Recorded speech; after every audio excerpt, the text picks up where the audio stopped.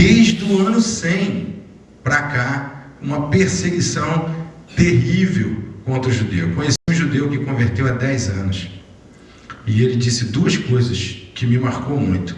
A primeira diz assim: no dia que eu aceitei a Jesus como o meu Messias, a minha família me abandonou, minha esposa e minhas 2 filhas. E até hoje, a mais nova não fala comigo. A mais velha ainda me cumprimenta nas festas, mas a mais nova até hoje não fala comigo. Marcou aquilo, né? Porque a gente hoje pega um evangelho assim tão fácil, né? Que quando foi em 1998, foi feita uma estatística que disse que a igreja fabrica o maior número de desviados por causa desse evangelho da prosperidade. Vem que vai tudo melhorar. E você vendo melhora, você vai embora. Então você está fabricando o quê? Desviado. E ele entra, aceita o Messias, Yeshua, e a família o abandona, mas ele não abandona o Messias. E ele dá uma outra declaração: é muito difícil para nós judeus, depois de 1800 anos de perseguição, crer no amor do gentio. Dói isso, né?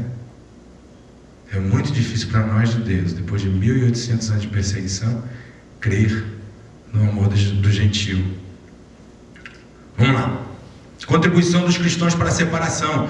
Vimos a contribuição do judeu, agora vamos ver a contribuição dos cristãos para a separação. Não vou ler todas as declarações, só algumas. Justino Marques acusou os judeus de iniciar a matança dos cristãos. Marcion: qualquer cristão que utilizasse um símbolo judaico ou nome judaico, ou realizasse qualquer celebração judaica, seria considerado cúmplice da morte de Cristo, juntamente com os judeus. Quer dizer que parar de celebrar sábado e as festas foi algo imposto sob pena de morte. Orígenes, 185, 254, acusou o povo judeu dizendo que eles conspiravam para matar os cristãos. Eusébio, 265, 339, as escrituras judaicas são destinadas aos cristãos e não aos judeus. Tem outra declaração que Justino Marques fez parecida com essa. Santo Hilário diz que os judeus eram um povo perverso e amaldiçoado por Deus.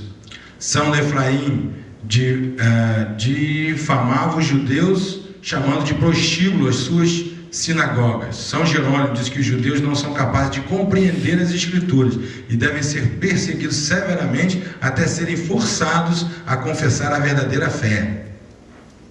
Crisóstomo, esse é o mais conhecido. Quem já ouviu falar no João Crisóstomo? João Crisóstomo. Crisóstomo quer dizer boca de ouro. Na verdade, o nome dele é João Boca de Ouro, porque ele era uma pessoa eloquente nas suas palestras. Escreveu 8 sermões contra os judeus, acusando das suas sinagogas serem prostíbulos. Veja isso. As sinagogas são zonas de meretrício e teatro, cheias de ladrões e bestas selvagens. Os judeus são culpados da morte de Cristo. Isso incita o povo. Não é verdade? Isso incita o povo. Qualquer coisa que acontece de errado, o cara diz assim: é Deus que está me castigando porque eu fui muito benevolente com esse povo. Vamos lá e vamos derrubar com eles, né?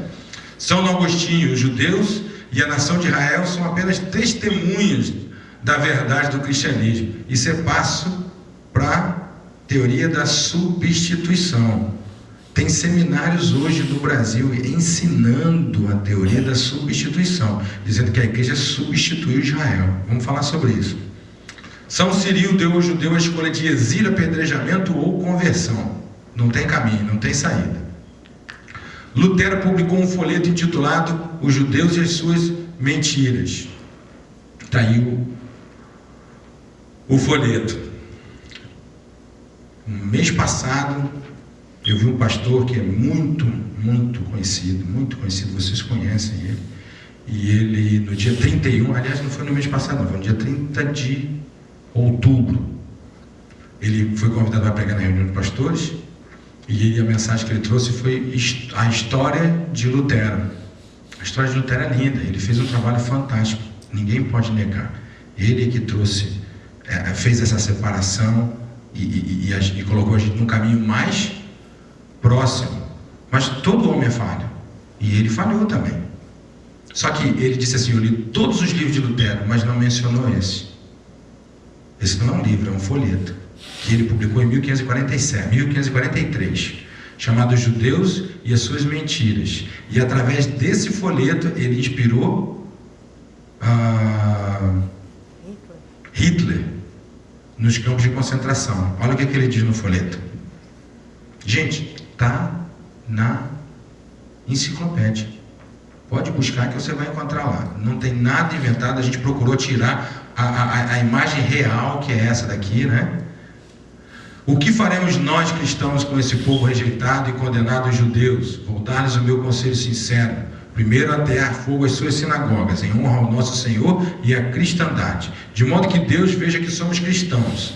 Aconselho que as suas casas sejam arrasadas e destruídas. Aconselho que os seus livros de orações e escritos talmúdicos lhes sejam arrebatados. Aconselho que seus rabinos sejam proibidos de ensinar, sob pena de perderem a vida e serem mutilados. Acreditamos que o nosso Senhor Jesus Cristo dizia a verdade ao falar sobre os judeus que não o aceitaram e o crucificaram. Sois uma raça de víbora e filhos de demônios. Isso faz o quê? Incita o povo. Ele deu um conselho. Eu acho que a gente deve ir lá e arrasar com a casa deles, né? E destruir todos os livros. Todas essas declarações que a gente viu dos pais, da igreja, deram início ao antissemitismo. Incita o povo contra os semitas. Interessante que chama-se antissemitismo, mas o semita é todo o povo que está ali no Middle East, né? O árabe também é semita. Mas só o povo judeu foi perseguido. É um antissemitismo, mas mascarado, que na verdade é um anti-eletivo, né? É só para aquele grupo, né? Veja só, o antissemitismo provoca as pessoas e incita um ódio irracional contra os judeus, porque a Igreja Católica responsabilizou coletivamente os judeus pela morte de Cristo. Essa visão não é mais aceita pela Igreja Católica. Tem uma declaração de um Papa, a gente tem ali completo, que ele diz que isso não é verdade e pede desculpa por ter feito essa declaração, né? Mas será que é suficiente dizer sinto muito? Nossa declaração que vocês foram responsáveis pela morte de Jesus foi um engano? E os milhares de judeus que morreram até 1938, durante todo o período da Inquisição, somado aos 6 milhões torturados até a morte no Holocausto. O que diremos a essas pessoas e a seus familiares? Sinto muito. Não é? A gente precisa tirar o antissemitismo de dentro da igreja. Coitado, Arlindo. Uma tristeza isso, né? Veja só, esse mapa que está aqui tem um museu aberto. Ele não é um museu fechado, é um museu aberto que está lá em Miami, que é o Museu do Holocausto. E eles têm esse mapa na parede dele, mostrando em cada um país da Europa quantos judeus foram mortos. E o nome, uma parede assim enorme que vai lá do outro lado, dá uma volta assim, o nome das pessoas que foram mortas no Holocausto. Veja só na Hungria, eu só separei os maiores, 200 mil na Hungria, 1 milhão na União Soviética, 3 milhões na Polônia, somado tudo, 6 milhões de judeus morreram no Holocausto. Extrato da Confissão. O irmão vai ler o extrato da Confissão e eu gostaria que vocês acompanhassem.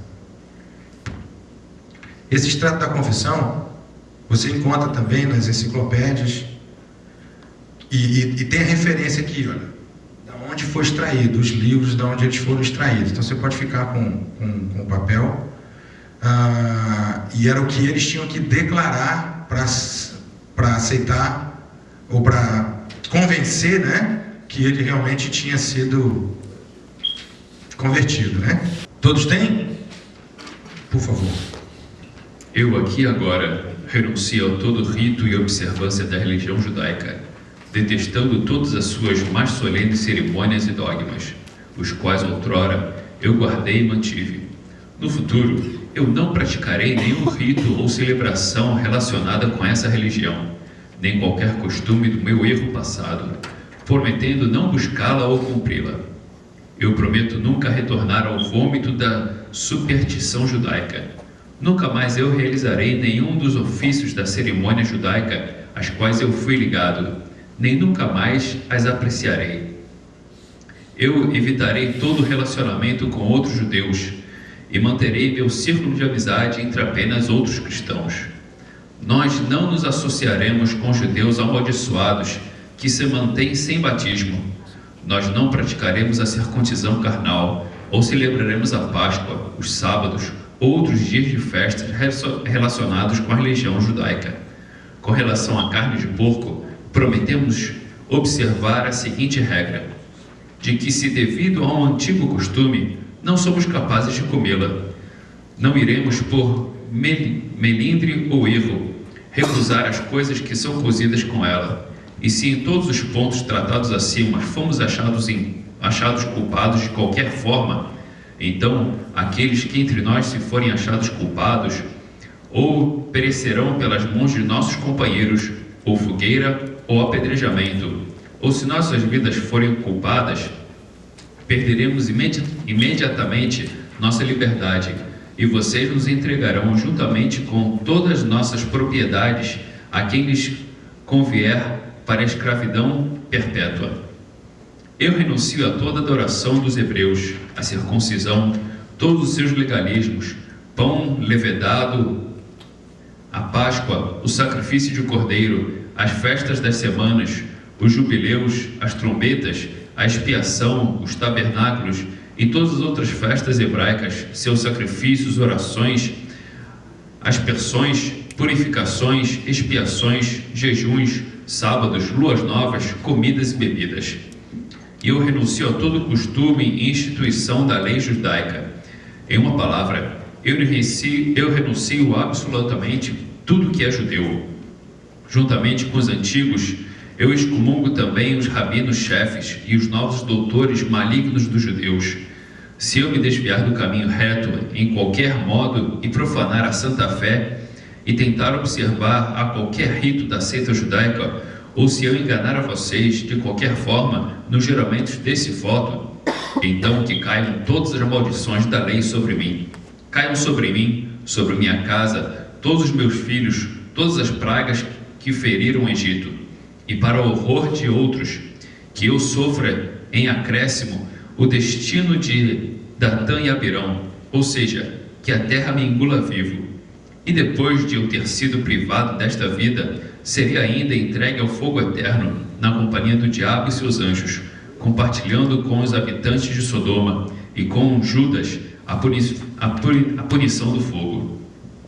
E quando eu chegar diante do tribunal do temível e glorioso juiz, nosso Senhor Jesus Cristo, possa eu ser contado naquela companhia a quem o glorioso e temível juiz, com semblante ameaçador, dirá: apartai-vos de mim, malditos, para o fogo eterno, preparado para o diabo e seus anjos. Estou fora. É forte, né? Pode quebrar aí, irmão. Só livre. Não é? É forte, né? Você vê que hoje tem muitas famílias que não sabem da sua origem judaica, porque foi negado há 500, 600 anos atrás o direito dessa família seguir sendo judeu, não é? Porque se eles quebrarem isso, primeiro iam ser mortos, né? E era uma coisa tremenda. Eu vi hoje, vou dar para vocês, quem quiser, vou dar depois um website. A gente sabe que depois do exílio, primeiro o exílio babilônico, depois a destruição do templo, se dividiu os judeus em dois grupos, que foi um para o oeste da Europa e o outro para o oeste da Europa. Quem foi para o oeste da Europa são os judeus sefaraditas, e quem ficou no leste da Europa são os judeus Askenazi. Todos já ouviram falar? Sefarade e Askenazi são os dois grupos de judeus. E a maioria deles, do lado oeste, se concentraram na Península Ibérica, ali em Portugal e Espanha. E nós somos basicamente descendentes de um povo que veio de lá, da Península Ibérica, né, que é Portugal e Espanha. Então eu tenho um website do Sefaradita que tem o nome dos sobrenomes de todos os sobrenomes judeus. Você tem? Ah, eu te dou o site, depois a gente anota aí, porque eu não tenho isso anotado em lugar nenhum. Isso, tem todos os nomes, né?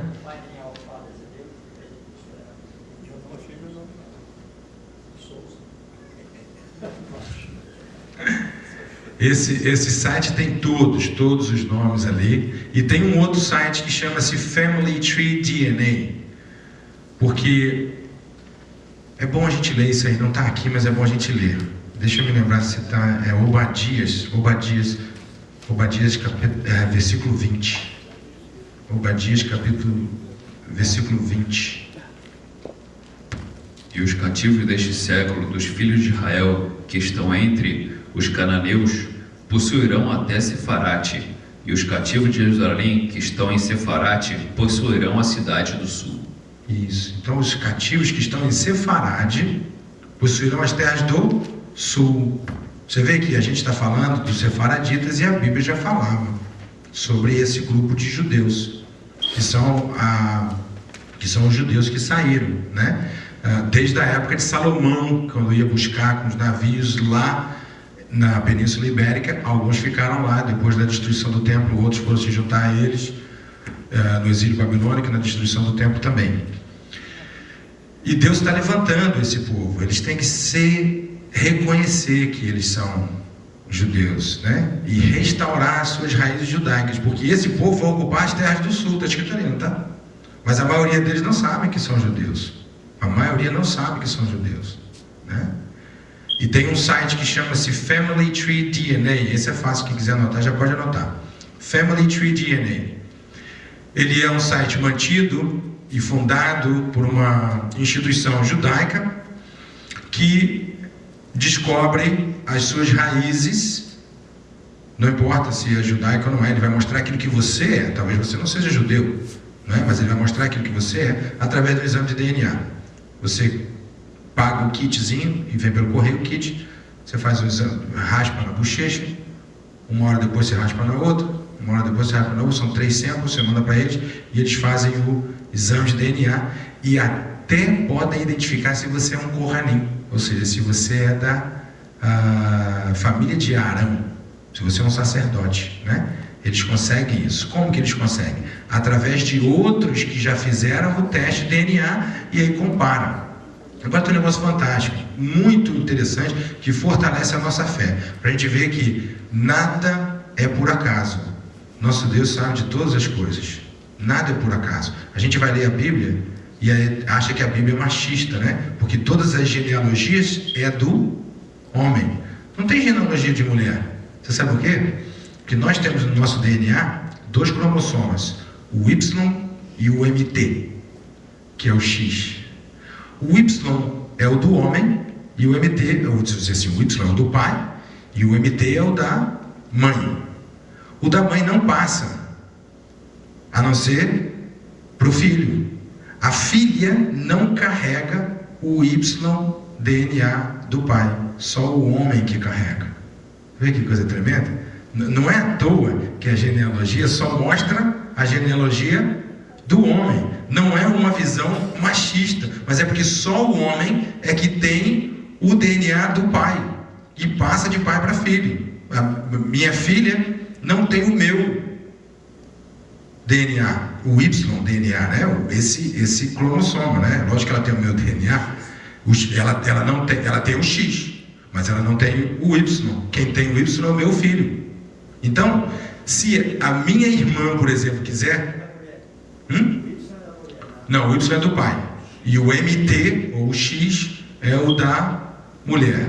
Se a minha filha quiser saber a sua origem, ela quiser fazer esse exame, se ela fizer, ela só vai pegar a linha do MT. Se ela quiser pegar os dois, ela tem que pedir para o meu filho fazer para ela.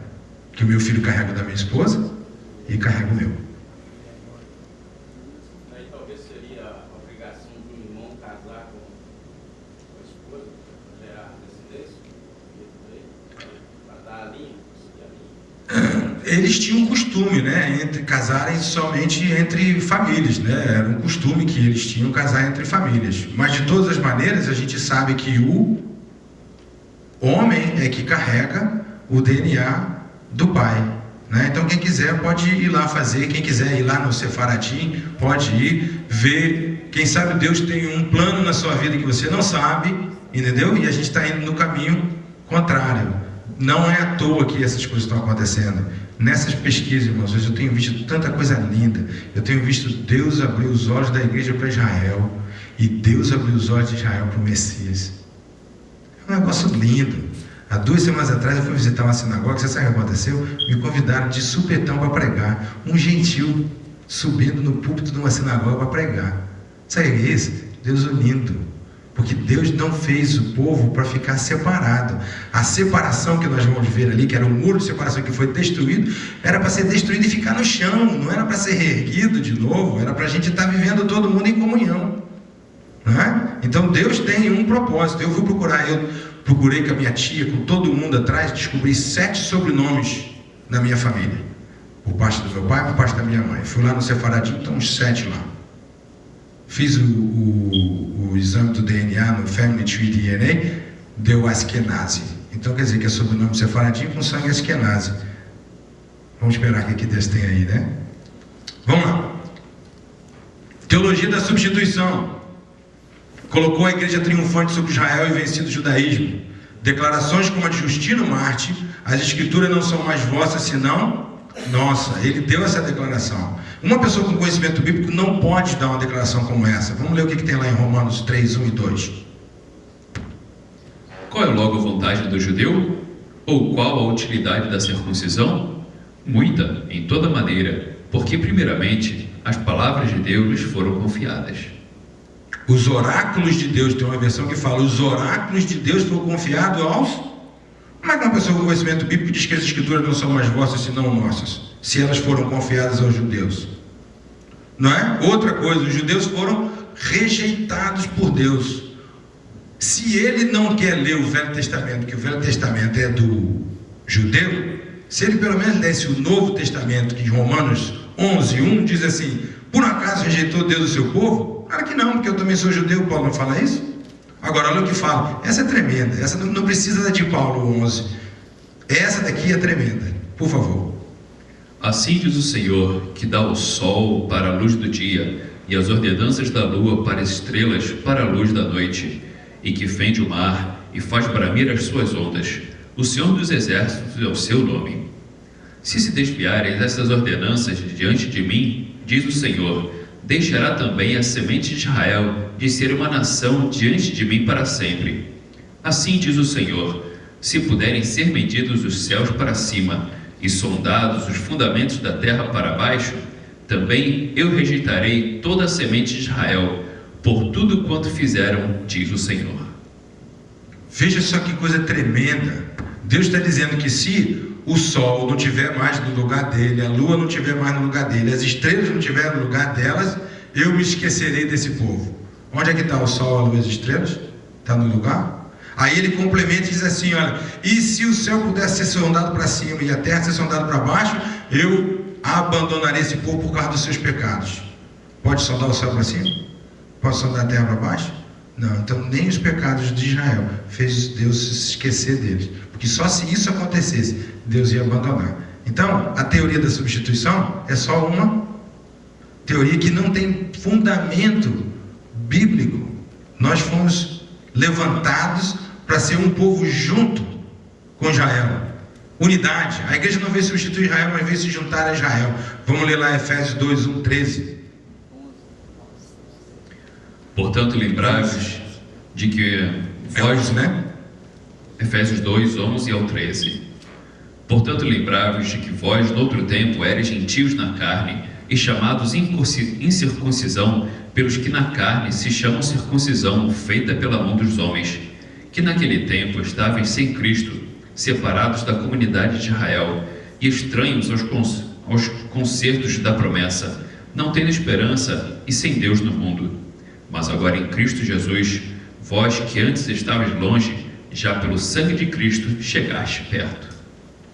Vê o que ele está dizendo? Ele está dizendo que agora que vocês que estavam longe pelo sangue de Cristo, agora vocês podem ir e fazer uma nova religião lá. Não, diz assim, vocês que estavam longe, agora estão perto. Vamos continuar, vamos ler lá Romanos 11, 1 e 2. A gente vai analisar cada pedacinho do texto. Digo, pois, porventura rejeitou Deus o seu povo? De modo nenhum, porque também eu sou israelita, da descendência de Abraão, da tribo de Benjamim. Deus não rejeitou o seu povo, que antes conheceu. Ou não sabeis que a Escritura diz a de Elias, como fala a Deus contra Israel? Vamos ler ali o 13 a 21. Porque convosco falo, gentios, que enquanto for apóstolo... Peraí, só um pouquinho. Convosco falo, gentios. Então Paulo está se dirigindo aos gentios. Siga aí. Falo aos gentios, que enquanto for apóstolo dos gentios, glorificarei o meu ministério, para ver se de alguma maneira posso incitar à emulação os da minha carne e salvar alguns deles. Alguns da minha carne, né? Porque se a sua rejeição é a reconciliação do mundo, qual será a sua admissão, senão a vida eterna entre os mortos? E se as primícias são santas, também a massa o é. E se a raiz é santa, também os ramos o são. E se algum dos ramos foram quebrados, e tu, sendo zambujeiro, fostes enxertado em lugar deles... Segura isso só um pouquinho. Ali ele está falando da oliveira e do jambuzeiro. Ele diz que alguns ramos da oliveira foi quebrado, lançado por terra. E tu, sendo jambuzeiro, foi arrancado do jambuzeiro e enxertado na oliveira. O jambuzeiro é o gentio, a oliveira é Israel. Então, tá junto. Então, ele deixou de ser jambuzeiro e passa a ser oliveira. Deixa de ser gentio e passa a ser Israel. E feito participante da raiz e da seiva da oliveira, não te glories contra os ramos, e se contra eles se te gloriares, não és tu que sustentas a raiz, mas a raiz a ti. Dirás, pois, os ramos foram quebrados para que eu fosse enxertado. Está bem, pela sua incredulidade foram quebrados, e tu estás em pé pela fé. Então, não te ensoberbas, mas teme, porque se Deus não poupou os ramos naturais, teme que não te poupe a ti também? Então o que ele diz assim? Não se glorie, porque não é você que alimenta a raiz, mas a raiz que te alimenta. Leia o último ali, 21 a 23, 2 versículos. Segue até o 25, 21 a 25. Porque se Deus não poupou os ramos naturais, teme que te não poupe a ti também? Considera, pois, a bondade e a severidade de Deus para com os que caíram severamente, mas para contigo a benignidade de Deus, se permaneceres na sua benignidade. De outra maneira também tu serás cortado. E também eles, se não permanecerem na incredulidade, serão enxertados, porque poderoso é Deus para se tornar a enxertar. Porque se tu foste cortado natural zambujeiro, e contra a natureza, enxertado na boa oliveira, quanto mais esses, que são naturais, serão enxertados na sua própria oliveira. Porque não quero, irmãos, que ignoreis que esse segredo, para que não presumais de vós mesmos, que o endurecimento vem em parte sobre Israel, até que a plenitude dos gentios haja entrado.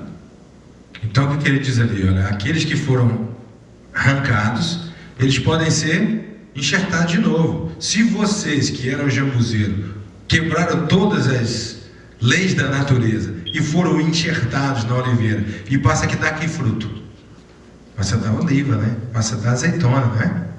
Olha só, vale a pena recordar que a vontade de Deus nunca foi estabelecer uma nova religião para propagar a nova aliança através de Jesus. A vontade de Deus era e é a unidade entre os dois povos, judeus e gentios. Eu vi uma vez uma pessoa pregando sobre aquela oração de Jesus, e ele disse assim: tem uma oração que Jesus que ainda não foi atendido, por isso que ele não voltou ainda. Pai, que eles sejam um, para que o mundo saiba que tu me enviaste. E ela estava num Maracanãzinho, eu acho, num estádio grande, e aí começou a chamar as pessoas das denominações. Aí vinha batista, presbiteriano, e aí mais um, mais outro, e juntou 40 denominações diferentes. E essa é a oração de Jesus: que eles sejam um. Como é isso? Não existia nada disso naquela época. O que Jesus está falando, quem são eles? Gentio e judeus. Essa é a oração de Jesus. Pai, que eles sejam um, gentios e judeus, para que o mundo saiba que tu me enviastes. Vamos ler aqui, ó, o que diz Efésios 2, 14 a 22. Porque ele é a nossa paz, a qual de ambos os povos fez um, e derribando a parede de separação que estava no meio, na sua carne desfez a inimizade, isto é, a lei dos mandamentos, que consistiam nas ordenanças, para criar em si mesmo dos dois um novo homem. Espera só um pouquinho. Lei dos mandamentos em forma de ordenança. Tá certo? Se você for pegar o original no grego, lei dos mandamentos é nons, em forma de ordenança é dogma. Lê só mais um pedacinho até onde fala na parede. Porque ele é a nossa paz, a qual de ambos os povos fez um, e derribando a parede de separação que estava no meio. Isso, olha só. A gente pensa às vezes que essa parede é algo simbólico, mas na verdade existia lá no templo uma parede que separava. No livro de Flávio Josefo, ele diz que tem uma placa em grego, em hebraico, que dizia que o judeu que fosse pego do outro lado do mundo ia ser apedrejado até a morte. Então essa parede existia dentro do templo. Quem construiu a parede foi o judeu que construiu. Agora, aonde é que está na Torá Deus mandando eles fazerem uma parede de separação para separar eles do gentio? Nenhum lugar. Muito pelo contrário, diz assim: ama os estrangeiros, porque estrangeiros fostes na terra do Egito. Então, essa parede não é uma parede literal, ela existiu mesmo, ela estava ali naquele lugar, e com a morte de Jesus ela foi derrubada para que dos dois povos então pudesse fazer um. E na hora que o negócio estava começando a acontecer, aí vem o judeu do lado de cá e reconstrói o muro, criando uma nova separação. E eu creio que nós estamos vivendo tempos que Deus está derrubando essa parede de novo, porque está chegando a hora que Jesus vai voltar. E Jesus não vai voltar para buscar a igreja, que é a sua noiva, e o judeu que crê em Jesus, que é a sua noiva. Quantas noivas Jesus vai buscar? Uma, duas?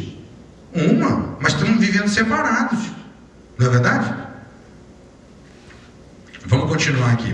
Na sua carne. Tradução. Não, legal, obrigado. Que aí a gente já concluiu, né? Entendemos o versículo, que é para ver se a gente consegue pelo menos alcançar um pouco mais. Pastor, me avisa, porque senão eu vou até o último.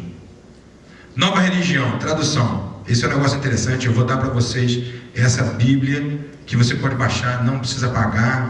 A primeira Bíblia que você baixa é em inglês, depois você pode voltar lá e baixa em português, espanhol, hebraico, grego, a Vulgata Latina, a Septuaginta, né? Já ouviu falar na Septuaginta? É a primeira Bíblia do Velho Testamento traduzida para o grego, e ela chama Septuaginta porque foi traduzida por 70 rabinos.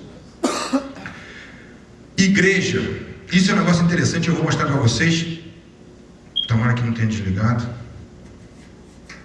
Da outra vez desligou por causa disso. Eu estou com a Bíblia aqui. Vou abri-la aqui.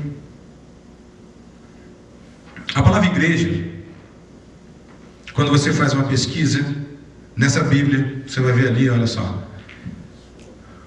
Tem lá todos os idiomas, olha. O grego no Novo Testamento, o hebraico no Novo Testamento, o hebraico no Velho Testamento, em inglês, a Septuaginta, espanhol, português, Vulgata. Então você pega um textozinho, clica ali no Compare, ele mostra aquele texto em todos os idiomas, para você ver qual é a palavra que foi utilizada no original, para a gente poder interpretar melhor. Porque às vezes a palavra que eles usaram, embora seja uma tradução, ela pode não ser a tradução mais correta, porque o tradutor ele pode ser tendencioso na escolha da palavra, não é assim?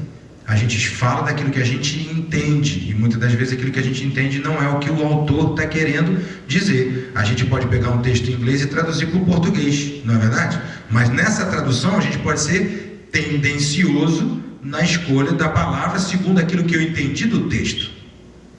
Então olha só, vamos fazer uma pesquisa sobre a palavra igreja. A palavra igreja, vamos fazer aqui, igreja. E vou fazer a pesquisa. Você vai ver que ela começa a aparecer. Eu mandei ela pesquisar na Bíblia inteira, e ela só aparece em Mateus. Opa! Então quer dizer que a palavra igreja, a igreja não existia? antes de Mateus? Porque se ela começa a falar só em Mateus, ela antes não existia. Então dá a ideia de uma coisa nova, começou agora. Só que a palavra igreja, ela em latim é eclésia e em grego é eclesia. E a palavra eclesia e eclésia, ela aparece na Bíblia inteira. Só que no Novo Testamento, quando ela aparece, ela é colocada como igreja. Não parece uma tendência? Porque se ela no Velho Testamento ela aparece lá, quando fala na congregação dos justos, a congregação no deserto, a Assembleia de Deus, a Assembleia dos Santos, toda palavra que fala congregação ou assembleia, a palavra é eclésia.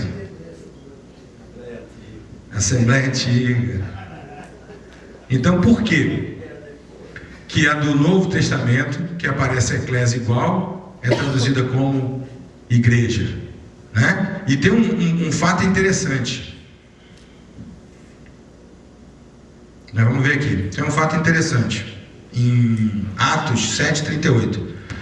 Veja que toda vez que aparece a palavra congregação ou assembleia no Novo Testamento é traduzido para igreja. Agora ela aparece também. Leia aí, por favor. Este é o que estava entre a congregação no deserto, com o anjo que lhes falava no Monte Sinai, e com os nossos pais, o qual recebeu as palavras da vida para nos dar.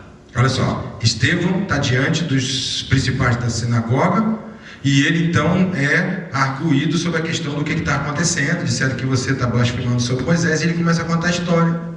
E aí quando ele fala dos justos da congregação de Moisés no deserto, como é que está traduzido? Congregação. Por que não botou igreja?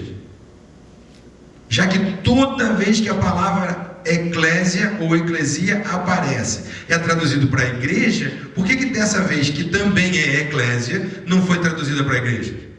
Porque está falando da do... Então a ideia é fazer o quê? Separação. Lá é congregação, aqui é igreja. Não é? Mas não é assim. Procura o texto e a tradução e você vai ver. Vamos falar mais um pouquinho sobre tradução. Romanos 1,17, Paulo faz uma menção sobre um texto que está em Abacuque 2,4, que ele diz que o meu justo viverá pela fé. E você vê que praticamente todas as vezes que aparece a palavra emuná, que na verdade a palavra em hebraico é emuná, é traduzida como fé. E aqui a palavra original é emuná. O meu justo viverá pela emuná. E emuná significa fidelidade, não é crença ou aquilo que eu creio. Porque quando você fala em fé, fé parece o quê? Aquilo que eu creio, aquilo que eu acredito. Então o justo viverá pelo aquilo que ele crê. Olha como é que muda todo o sentido quando diz que o justo viverá pela fidelidade. Ele viverá pela fidelidade dele com Deus. Veja que a tradução muda muito o contexto. Veja só. Outra, Salmo 19:7, bem conhecido de todos. A lei do Senhor é perfeita e refrigera. Quase todas as Bíblias está escrito refrigera. Mas a palavra não é refrigera, é shub, que significa voltar atrás, techuvar, retroceder, se arrepender. Então o que é o texto? A lei do Senhor é perfeita e converte a alma. Porque quando você se depara com a lei e você vê que o que você está fazendo está de contra a lei, ela então te converte. Quer dizer, absolutamente nada a ver com refrigera. Não é verdade? Refrigera dá um outro sentido ao que o texto está querendo dizer. O texto está querendo dizer que a lei do Senhor é perfeita e converte a alma. E quantas vezes a gente não leu refrigera? Por quê? Porque na nossa Bíblia está escrito refrigera. Não é? Transliteração. Perigo. Perigo. Tradução já é um problema, porque o tradutor pode ser tendencioso. A transliteração ela é mais perigosa ainda, porque ela muda o sentido do nome. Por exemplo, o McDonald's vai abrir um McDonald's do Brasil. Como é o nome da loja lá? McDonald's. Porque vai ser no Brasil, mudou o nome? Não. Não é verdade? Vai abrir na China. Qual é o nome do McDonald's da China? McDonald's. Se eu for para o Japão, eu vou mudar de nome ou eu vou continuar sendo chamado Arlindo lá no Japão? Eu vou continuar sendo chamado.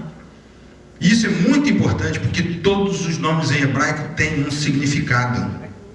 Todos os nomes em hebraico têm um significado. Então eu vou dizer para você assim, olha, você vai ter um filho e o seu filho vai se chamar Antônio porque ele vai ser um bom jogador de futebol. Fez sentido? O que Antônio tem a ver com ser um bom jogador de futebol? Não é verdade? Quando o anjo encontra Maria, disse para ela assim, você vai ser um filho e ele vai se chamar Jesus, porque ele vai salvar o povo dos seus pecados. Faz sentido? Não faz sentido. Porque Jesus não tem um significado, a não ser que a gente procure saber. Porque na verdade, o nome dele era Yeshua. Yeshua significa salvação. Então se eu traduzo e não translitero, eu vou dizer assim, você vai ter um filho e ele vai se chamar salvação, porque ele vai salvar o povo dos seus pecados. Fez sentido agora? Agora fez sentido, não é? E essa transliteração causou um problema terrível em apresentar Jesus para o judeu. Por quê? Yeshua, eu vou transliterar ele agora para o grego. Então, Ie, no grego tem Ie, então vem o Ie para o grego. Agora vem o Shua. Aí tem um problema. Porque o grego não tem essa pronúncia Shu, igual a gente tem uma dificuldade tremenda para falar o word, porque aquele R com L é um trabalho danado. A gente passa 20 anos aqui e não consegue falar esse negócio, né? Tem muita gente ainda que fala thank you, porque do TH não tem esse TH no nosso lá. O mesmo problema com o hebraico, com o grego, não tem essa pronúncia Shu. Então eles usaram o S, que era o mais próximo.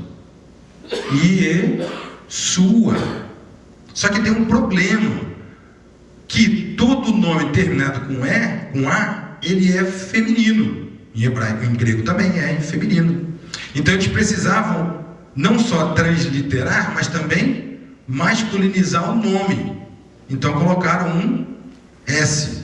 Como é que ficou o nome? Iesus. Agora olha o problema, porque todo nome tem um significado. Olha o problema. Toda palavra em hebraico que começa com Ie é Deus, santidade ou santo. Por exemplo, o nome Jerusalém em hebraico é Yerushalayim, que é cidade santa. O Ie vem de santo. Yehudá é Judá. Yehudim são judeus. E Yehudá é adoradores de Deus. Rudá, adoradores, e Deus, né? Yeshayahu, Isaías, salvação de Deus. Yeshayahu, Shayahu, salvação de. Deus. Então, quando eles traduzem para Iesus, o Ie para o judeu. Para o grego não, para o grego ele fez uma transliteração e ele está inocente no significado daquela palavra. Mas para o grego, na hora que ele chega para lá, você precisa aceitar Jesus, porque ele é que é o seu Messias. Aí ele escuta isso aqui, eu tenho que aceitar quem? Jesus. Para o judeu, Jesus é cavalo. Jesus é cavalo. Você pode procurar qualquer dicionário, não é heresia, não é nada. Jesus é cavalo. Vamos procurar? Só para poder tirar a curiosidade. Alguém já ouviu falar nisso? Não?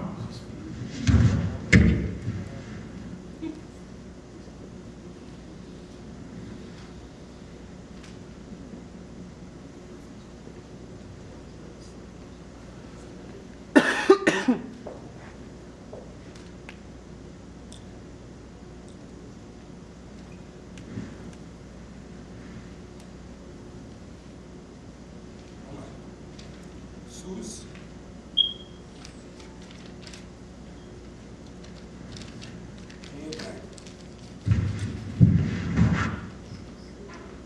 Logo na primeira lá, o que significa?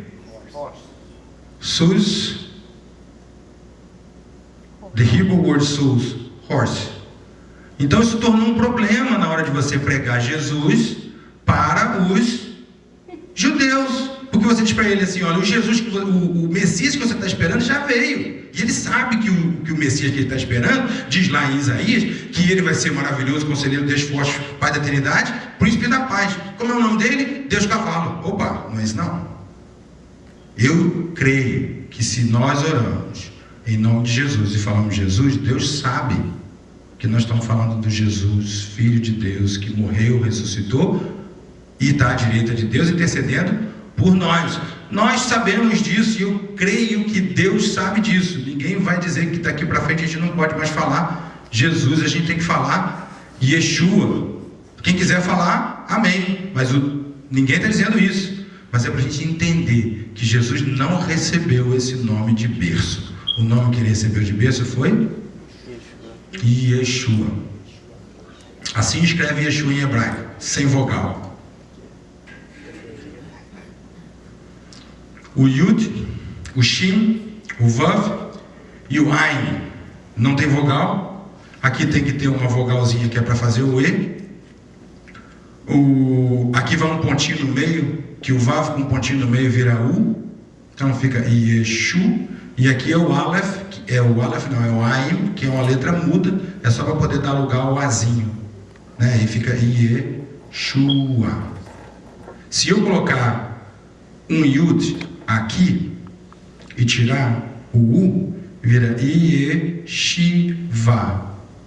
Yeshiva é escola de rabino. Você vê como é que um Yud que Jesus falou lá, que quem botar um Yud, uma letra pequenininha, muda todo o sentido. Yeshua. Então nós vamos ver aqui o seguinte, olha. Vamos voltar aqui para o nosso. Yeshua aparece em toda a Bíblia como salvação. Em Gênesis 49, Salmo 9, Isaías 62, 11. Vamos ler só Isaías 62, 11. O nome de Yeshua, o nome de Jesus está na Bíblia toda. Quando você prega para o judeu e diz para ele, Yeshua é o teu Messias, o teu irmão, e você mostra no Velho Testamento, e Yeshua no Velho Testamento ele se converte, e a conversão dele é pura. Eu conversei com um amigo meu que teve a oportunidade de fazer isso com um judeu, e ele conversou com ele até 2 horas da manhã, mas 2 horas da manhã, um estava de joelho chorando, pedindo perdão a Deus, porque tinha recusado o seu Messias durante todos esses anos. Mas a culpa não é dele, a culpa é nossa. Porque hoje o Jesus é o grande não. Se um judeu chega em casa e diz, a partir de hoje eu sou Buda, não tem problema. Se a família for religiosa, o pessoal ainda senta, conversa, isso é maldição, tal. Se é espírita, não tem problema, tá tudo bem. Mas se ele chegar e diz que ele agora é cristão, aceitou Jesus, o homem está expulso de casa, o nome dele está arriscado do testamento, ele não recebe mais herança, não recebe mais nada. Por que isso? Por que Jesus é o grande não? Por causa do histórico que ficou para trás. Por causa do histórico que ficou para trás, a família dele sofreu. Porque tem gente que sabe que é judeu, ele sabe que a avó dele passou lá no campo de concentração e leu lá, fazemos isso com vocês porque vocês mataram o nosso Deus Jesus. Como é que você agora vai vir para casa e vai dizer que você agora aceitou Jesus? Esse cara matou sua avó, rapaz. Você está louco? Entende? Esse é o grande problema. Por favor, leia Isaías 62, 11. Eis que o Senhor fez ouvir até as extremidades da terra. Dizei à filha de Sião, eis que a tua salvação vem. Eis que com ele vem o seu galardão e a sua obra diante dele. Diz aos filhos de Sião, eis que a tua salvação vem. Isso aqui está escrito lá no hebraico. Diz aos filhos de Sião que a teu Yeshua vem. O nome está lá, Yeshua. Vamos ler esse texto que está aqui em Lucas 2:3. Esse texto de Lucas 2:3 a gente consegue entender muito bem quando a gente consegue entender e aprender sobre os costumes judaicos. Aqui está mostrando o Pidyon Raben de Jesus. Pidyon Raben significa o resgate do filho primogênito. Deus pediu lá em Deuteronômios por causa para a última praga que foi no Egito, que todos os primogênitos morreram. Deus pediu para ele: olha, daqui para frente, por causa do Egito, todos os filhos primogênitos são meus, filhos homens, que foram o primeiro que abria a madre. Quer dizer que não é o primeiro filho do homem, é o primeiro filho da mulher. Se for mulher não tem problema, mas se for homem, ele é do Senhor.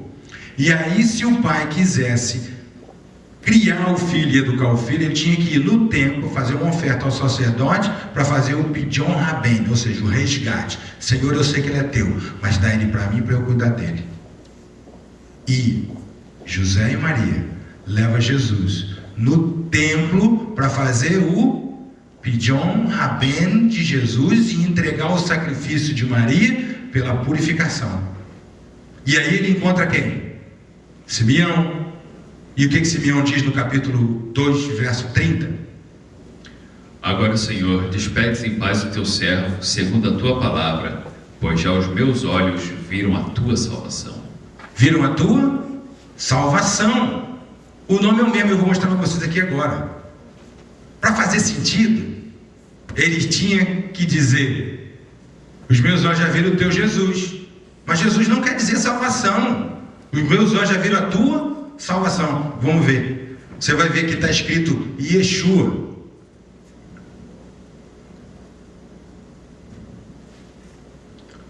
Vamos abrir aqui Lucas 2, 30.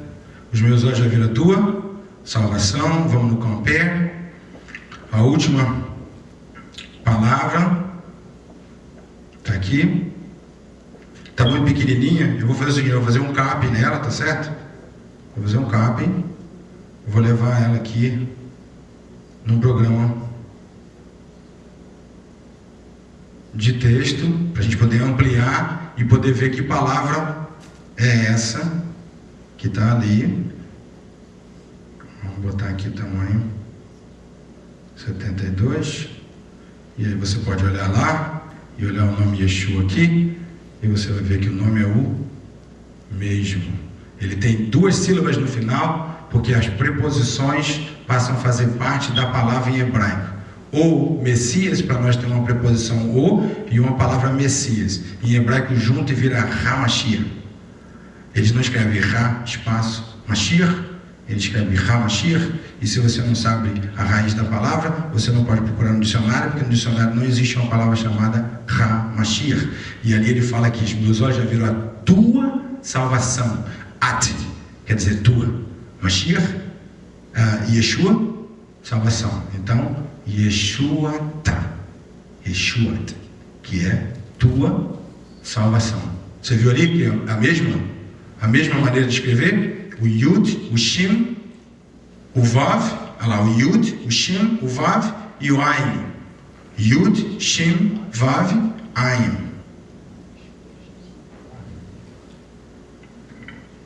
Ok? Transliteração. Vamos ver outro problema de transliteração. Esse todo mundo já ouviu falar, é o tetagrama, que é o nome de Deus. É o Yud, Re, Vav, Re. Não é? Esse é o tetagrama. Ninguém sabe como pronuncia esse nome. Ninguém sabe. Porque o vocabulário, vocês acabaram de ver aqui, viram ali também, que na própria Bíblia que a gente tem aqui, não tem vogal. O alfabeto hebraico não tem vogal. Então, as crianças aprendem de ouvir e a mente põe a vogal. Na hora que você está lendo, a mente põe a vogal. Então, não tem vogal. Então, quando Deus diz que não é para falar o meu nome em vão, o povo é exagerado, entendeu? Porque Deus disse também que não era para ter outros deuses, e eles foram ter outros deuses. Mas disse que não era para falar meu nome em vão. Então, olha, gente, como a gente não sabe como é que fala o nome de Deus em vão, que hora que é em vão, que hora que não é em vão, melhor então não falar de jeito nenhum. Então, não falava de jeito nenhum. E aí, o que aconteceu com a pronúncia? Desapareceu. Ninguém sabe até hoje qual é a pronúncia de Yud Rei Vav Rei. Em 1500 e alguma coisa, no papel de vocês tem no CD, um padre católico pegou o nome Adonai, pegou as vogais de Adonai e colocou aqui no tetagrama Yud Rei Vav Rei e formou uma palavra chamada Jeová. A palavra Jeová é uma palavra que foi criada, não é o nome de Deus, pode até ser que seja. Pode até ser que seja o Yud Rei Vav Rei, seja Jeová. Mas ninguém sabe, o judeu não aceita essa palavra Jeová. O judeu nunca usou a palavra Jeová. Nunca usou. E em algumas Bíblias nossas, você vai lá ver e está lá o nome Jeová, que é uma palavra criada. Se é essa a maneira de pronunciar, eu não sei. Pelo sim, pelo não, eu fico com Yud Rei Vav Rei, que é o nome de Deus. A lei e a graça. Quando começou a graça, é muito comum a gente dizer que a graça começou depois da ressurreição de Jesus, né? Como que nunca houve a graça. Quer dizer que caiu o maná do céu foi o quê? Graça ou lei? O ato de cair o maná do céu foi graça. Graça. O mar vermelho abrir foi graça ou lei? 40 anos o povo andou no deserto e os sapatos e as roupas cresciam junto com ele. Isso é graça ou lei? A graça de Deus existiu sempre. Não tem um período de dizer assim, olha, a partir de hoje começou a graça. Antes não. Não é? A graça de Deus sempre existiu. O surgimento da graça nos desobriga a cumprir os mandamentos. Será que agora, porque eu vivo na graça, eu posso não cumprir mais os mandamentos? Deuteronômio 28 tem o versículo 13, que é a teoria da prosperidade. Ela se baseia no versículo 13, mas não nele todo, só no começo. E te porei por cabeça e não por cauda, e estarás por cima e não por baixo. Pronto. E para aí. Só que o versículo continua: se cumprires os meus mandamentos que hoje vos dou, aí sim você vai ser cabeça e não cauda, você vai estar por cima e não por baixo.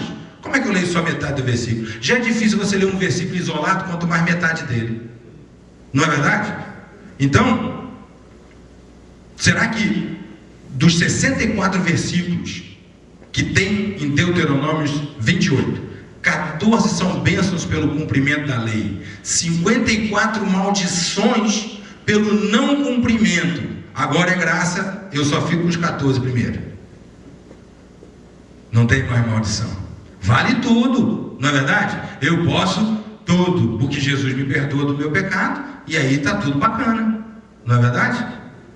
Tudo posso naquele que me fortalece. Mateus 5,17, eu gosto desse versículo demais. Vamos ler ele mais uma vez. Não cuideis que vens destruir a lei e os profetas. Não vim abrogar, mas cumprir. Cumprir. Você vai encontrar todas as Bíblias em português escrito cumprir. A única Bíblia que não está escrito cumprir é em inglês. Porque a palavra cumprir que ele está usando aí em hebraico é plerosai. Está escrito ali como ela se escreve em hebraico. Plerosai. E plerosai significa completar, preencher e encher. Alguém tem uma Bíblia em inglês? Alguém tem uma Bíblia em inglês? Se tiver, abre aí 5,17.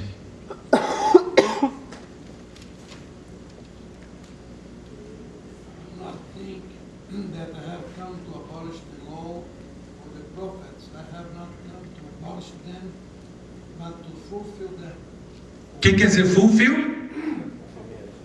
Preencher, completar. Preencher e completar o quê? Rapaz, você vai olhar a lei, que a gente chama de lei, mas não é lei, é ensino. Ela ensina o homem a ser um bom marido, ele ensina o homem a ser um bom pai, um bom filho, um bom patrão, um bom empregado. Mas a lei não salva. Esse foi o problema de Jesus com os fariseus, porque ele achava que a lei salvava. E aí o cara ficava disputando um com o outro, quem é que cumpre mais a lei, quem é que vai ser mais salvo que o outro. Você não cumpre isso, do jeito que tem que cumprir, que é assim, que é assado, então você não vai para o céu. Nada disso, a lei não salva. A lei ensinou a ser um bom marido, um bom filho, um bom patrão, um bom empregado, a ter uma boa saúde, a respeitar a Deus, ter temor de Deus. Mas ele não traz salvação. Jesus trouxe o que faltava na lei. Ele trouxe salvação. Os dois juntos. A gente tem vida eterna no céu, garantida por Jesus, e uma vida decente na terra. Porque se a gente cumprisse a lei, não tinha tantos escândalos aí fora. Não é verdade?